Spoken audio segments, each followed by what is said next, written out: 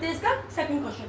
Second question में कह रहा है give a definition for each of the following terms, are there other terms that need to be defined first, what are they and how would you define them.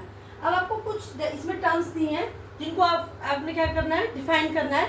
और ये कह रहा है कि क्या इसके अंदर कुछ ऐसे वर्ड्स आते हैं कि उनको भी पहले आपको डिफाइन करना पड़ेगा। तो चलिए, और अगर करना पड़ेगा तो आप उसे कैसे डिफाइन करेंगे, चलिए देखते हैं। पहला वो बोल रहा है पैरेलल लाइंस। तो पैरेलल लाइंस क्या होती है, आपने इससे पहले भी क्लासेस में 8th क्लास में भी पढ़ा होगा कि पैरेलल लाइंस क्या होती है। तो सबसे पहले हम पैरेलल लाइन की डेफिनेशन लिखते हैं। Lines which do not intersect each others,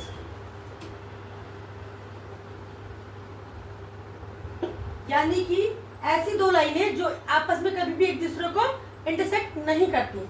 अब देखिए, जैसे एक लाइन आपकी ये हो गई, आपकी एक लाइन ये हो गई, तो ये दोनों लाइंस क्या हो गई, पैरेलल लाइन। इनको आप चाहे इस तरफ बढ़ाए चाहे उस तरफ बढ़ाए, लेकिन ये कहीं पर भी जाकर आपस में नहीं मिलेंगी, तो ये क्या कहलाएंगे, आपकी पैरेलल लाइंस। अब हम देखते हैं कि इस डेफिनेशन में क्या कुछ ऐसे वर्ड्स आए जिनको पहले डिफाइन करना जरूरी है।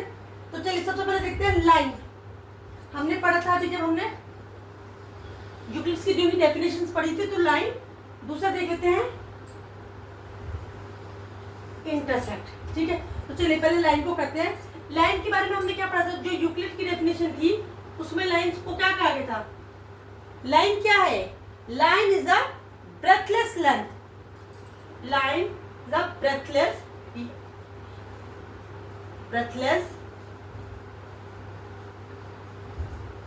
लेंथ। चलिए लाइन हो गया। अब आगे इंटरसेक्ट।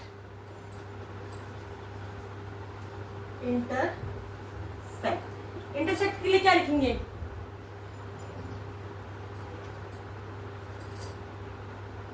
मीटिंग पॉइंट ऑफ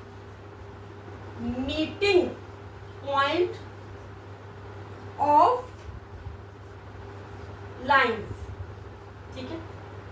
अब देखिए मीटिंग पॉइंट ऑफ लाइंस, यानी कि दो लाइन, जैसे आपकी ये लाइन होगी, ये एक लाइन होगी, ये जहां एक दूसरे को कट कर रही है वो क्या कहलाएगी, इंटरसेक्ट कहलाते हैं। तो हमारा होगा meeting point of our lines. अब देखिए लाइंस भी आया है, लेकिन लाइंस को हम डिफाइन कर चुके हैं। पॉइंट के बारे में हमने क्या पढ़ा था, which has no part, which has no part, यानी कि जिसका कोई हिस्सा नहीं होता, वो कब का क्या कहलाता है, पॉइंट कहलाता है। तो अब इसमें तीन जो ऐसी डेफिनेशन, जो ऐसे वर्ड्स है, ऐसे टर्म्स है जिनको हमें डिफाइन पहले करना बहुत जरूरी था। तो हमारा पैरेलल लाइंस डिफाइन हो गया। अब हम इसका करते हैं सेकंड डेफिनेशन, परपेंडिकुलर लाइंस। चलिए परपेंडिकुलर लाइंस का करते हैं, लाइंस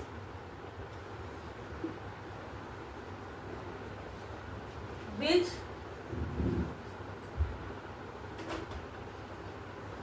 intersect at 90 डिग्री, ठीक है। यानी कि वो लाइन जो आपस में करती है तो कौन सा एंगल बनाती है, 90 डिग्री का एंगल बनाती है। चलिए अब हमने परपेंडिकुलर लाइन को तो एक्सप्लेन कर लिया। अब इसमें कुछ ऐसी टर्म्स हैं कि जिन्हें एक्सप्लेन करने की जरूरत है। हाँ बिल्कुल है, एक आपका लाइन हो गया, दूसरा इंटरसेक्ट एंड 90 डिग्री। अब देखिए लाइंस और इंटरसेक्ट तो मैंने आपको पहले पिछले वाले क्वेश्चन में भी कराया था। तो लाइंस क्या होती हैं, लाइन है ब्रेथलेस लेंथ। इंटरसेक्ट के लिए क्या लिखा था हमने, a meeting point of lines, जहाँ पे दो लाइनें मिलती हैं वो क्या कहलाता है, वो पॉइंट क्या कहलाता है, इंटरसेक्ट कहलाता है। अब आप आ गया 90 डिग्री, ये हमारे लिए यहाँ पर नया, तो 90 डिग्री क्या है हम देखेंगे। 90 डिग्री के लिए हम लिखेंगे it is a right angle, it is a right angle. तो ये हमने 90 डिग्री को भी एक्सप्लेन कर लिया।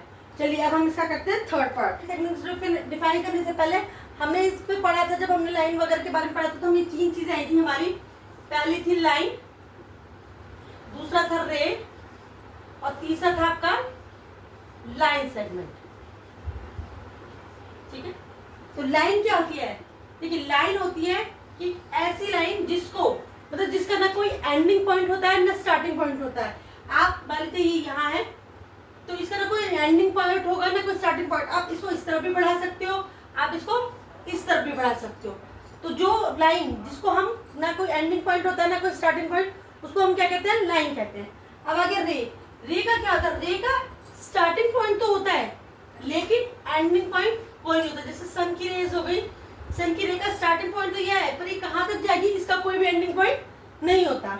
ये होगी रे। और लाइन सेगमेंट क्या होती है, मान लीजिए मैंने ये लाइन ली ए और बी, मान लीजिए मैंने 5 सेंटीमीटर ले लिया, तो ये क्या हो गया आपका लाइन सेगमेंट की, जिसकी क्या है, एक स्टार्टिंग पॉइंट भी है और एक एंडिंग पॉइंट भी है। तो हम इसके लिए क्या लिखेंगे,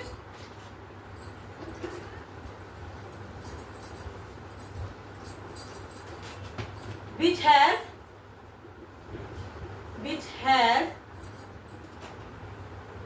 starting and ending point। क्या है, which has starting and ending point। अब देखिए सिर्फ इसमें आपका पॉइंट आया, तो पॉइंट के लिए हम, जैसे मैंने पहले एक में बताया था, point is a breathless length, हम इसको यहाँ पर एक्सप्लेन कर देंगे। चलिए अब लाइन सेगमेंट भी हो गया। अब आपका नेक्स्ट आ गया है रेडियस ऑफ सर्कल। रेडियस क्या है, radius is a line segment which has one point at center and other point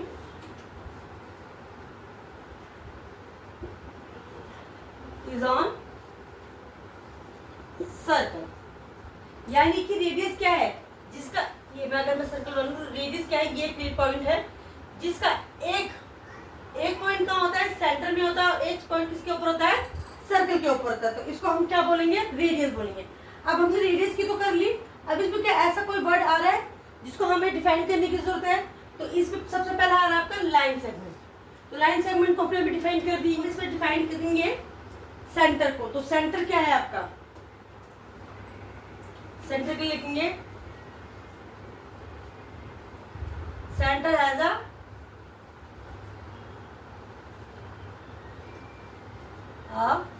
fixed point.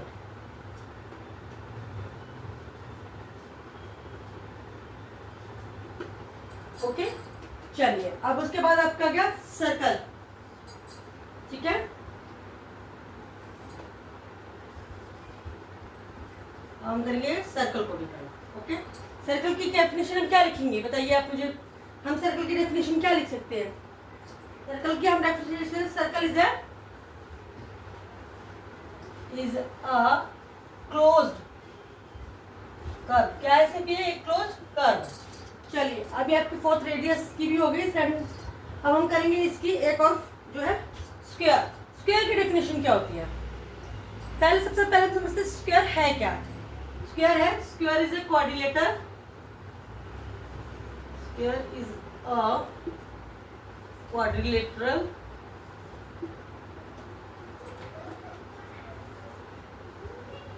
lateral which has 4 equal sides and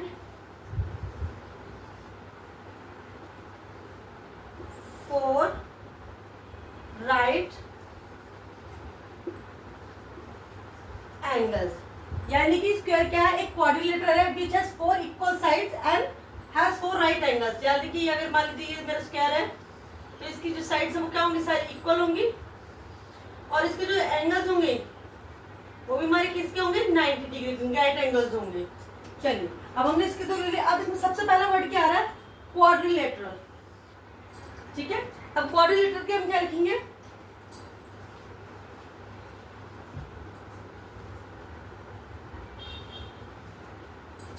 quadrilateral क्या है, एक क्लोज कर्व है। ठीक है, is a closed curve which has 4 sides। which has 4 sides। चलिए अब एक वो वर्ड आया इस पर राइट एंगल। तो राइट एंगल को डिफाइन करेंगे, हमें पता ही राइट एंगल क्या होते हैं। राइट एंगल है 90 degree angle. Right angle is a 90 degree angle. अब 90 डिग्री को हम डिफाइन करेंगे, 90 डिग्री के लिखेंगे इज अ राइट एंगल। तो चलिए इसी के साथ हमने सारी डेफिनेशन भी इसकी जो है कंप्लीट कर लिए। इस क्वेश्चन के सेकंड क्वेश्चन को भी हमने पूरा कंप्लीट कर लिया। नेक्स्ट वीडियो में आपको मैं कराऊंगी इसका नेक्स्ट क्वेश्चन। तब तक के लिए अगर आपको मेरी वीडियो अच्छी लगती है तो इसे लाइक करें, शेयर करें और सब्सक्राइब करना तो बिल्कुल भी ना भूलें। Bye bye.